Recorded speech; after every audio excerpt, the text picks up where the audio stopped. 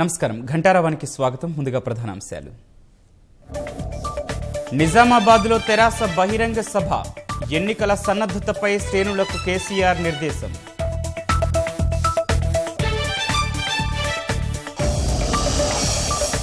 తెలుగుదేశం పార్టీకి నామా నాగేశ్వరరావు రాజీనామా, తెరాసలో చేరుతారని ఊహాగానాలు.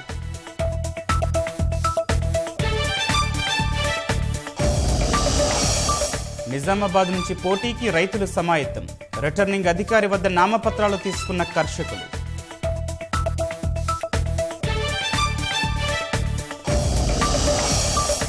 ఢిల్లీలో ఒంటరి పోరుపై మనసు మార్చుకున్న కాంగ్రెస్, ఆప్తో పొత్తుపై హస్తం పార్టీ పునరాలోచన.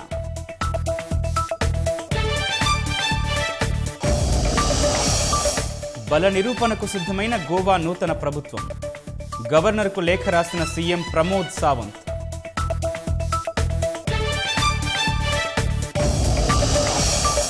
కర్ణాటక ధార్వాడ్లో కుప్పకూలిన భవనం, శిథిలాల్లో 100 మంది చిక్కుకున్నట్లు సమాచారం.